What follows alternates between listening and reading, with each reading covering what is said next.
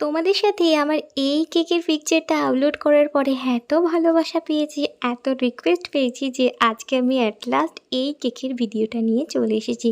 তোমরা অনেকেই দেখতে চেয়েছিলে এই কেকের টিউটোরিয়ালটা, তাহলে চলো আজকে তোমাদের সাথে শেয়ার করে নিই। এটার ক্যাপশনটা দিয়েছিলাম এক ঝুড়ি গোলাপ। সত্যি ভিডিওটা শেষ অবধি দেখলে তোমরা বুঝতে পারবে যে কেকটাতে কেমন এক ঝুড়ি গোলাপ আমি বসিয়েছি।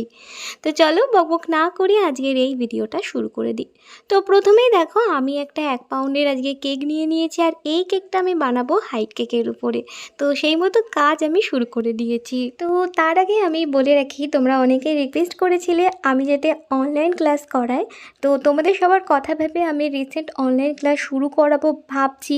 যদি তোমরা চাও, আমার 7 থেকে 8টা স্টুডেন্ট হয়ে গেলেই আমি খুব শিগগিরই একটা অনলাইন ক্লাস নিয়ে আসবো। সেটা শুধুমাত্র বেসিকের উপরেই থাকবে, যার কোর্স ফি থাকবে খুবই সামান্য। তোমরা যদি কেউ ইন্টারেস্ট থাকো তাহলে আমাকে অবশ্যই আগে থেকে নক করে রাখতে পারো। তো আমি কিন্তু সেই মতো কাজ শুরু করব। আসলে তোমাদের ভালোবাসা প্রথম থেকেই আমার এই প্রফেশনে এতটা পেয়েছি, যার জন্য আমি একটু একটু করে সাহস পাই তোমাদের সামনে কিছু তুলে ধরার জন্য। কিছু যদি আমার তরফ থেকে তোমরা শিখতে পাও, সেটা আমারও ভীষণ ভালো লাগবে। যাই হোক, এবারে আসি আবারও কেকের কথায়। তো আমি প্রথমেই বললাম কেকটা 1 পাউন্ডের উপরে ছিল, আর হ্যাঁ, এই কেকটা কিন্তু হাইট কেক ছিল। যে দিদি আমার কাছে কেকটা অর্ডার করেছিল সে আমার একদম অনেক দিন আগেকার কাস্টমার, মানে বছরে তো 5-6টা কেক দিদি নেয়। তো এবারে এই কেকটা অর্ডার করেছিল তার শ্বশুর শাশুড়ির অ্যানিভার্সারি উপলক্ষে। আর এই কেকের ডেকোরেশনটা কিন্তু দিদি আমাকে নিজেই পাঠিয়েছিল।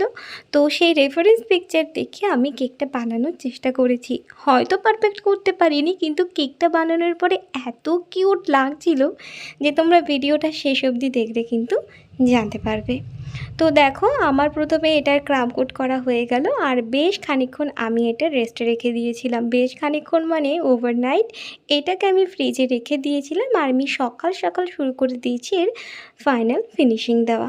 যেহেতু কেকের পুরোটাই একদম গোলাপের উপরে ছিল আর বাইরে থেকে খুব একটা স্মুথ ফিনিশ ছিল, সেহেতু দেখো আমিও কেকটাকে খুব একটা স্মুথ ফিনিশিং দেওয়ার চেষ্টা করছি। তো খুব ভালো করে দেখো আমি স্ক্যাপার ট্যাপার দিয়ে সুন্দর করে একটা ফিনিশিং দেওয়ার চেষ্টা করে নিচ্ছি। আর তোমরা কারা কারা এরকম আমার মতো স্ক্যাপার দিয়ে ফিনিশিং দিও অবশ্যই জানিও।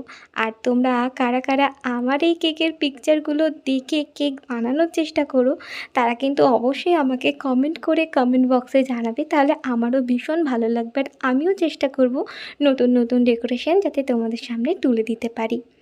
তো দেখো আজকের এই কেকটা তো একদমই বললাম আমি একটা রেফারেন্স পিকচারের উপরে করছিলাম। তো প্রথমে একটা টুথপিক নিলাম, আর সেটা দিয়ে আমি কেকের গায়ে ওইরকম একটু দাগ দাগ দিয়ে নিলাম।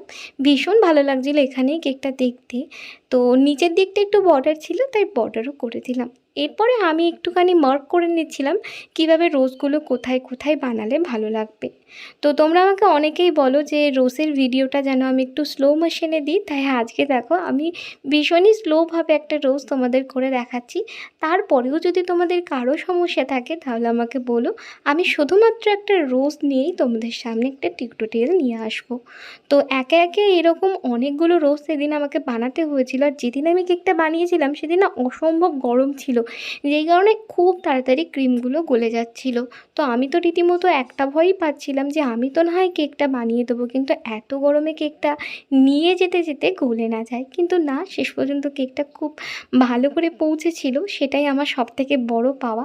তো এরকমভাবে দেখো আমার যতগুলো রোজের প্রয়োজন ছিল সবগুলো বানিয়ে নিয়েছি। প্রায় অনেক কটা রোজ কিন্তু আমাকে বানাতে হয়েছিল। এই 10-12টা রোজ তো আমি বানিয়ে নিয়েছিলাম, আর দিয়ে দিয়েছিলাম লাস্টে একটু ফুড। এই তো ছিল আজকের আমার এই 1 পাউন্ড কেকের ডেকোরেশন। সবশেষে তোমাদের জন্য রেখে দিলাম এই কেকের ওয়েটটা। আর সত্যি সত্যি আমাকে দেখে জানিও তো এটা এক ঝুড়ি গোলাপ লাগছে নাকি। তো আজকের এই টিউটোরিয়ালটা কেমন লাগলো অবশ্যই জানিও। ভালো লেগে থাকলে অবশ্যই একটা লাইক, কমেন্ট আর শেয়ার করে দিও। দেখা হচ্ছে আবারও খুব শীঘ্রই নেক্সট কোনো একটা ভিডিওতে। ততক্ষণে সবাই খুব ভালো থাকো। আজকের মতন টাটা।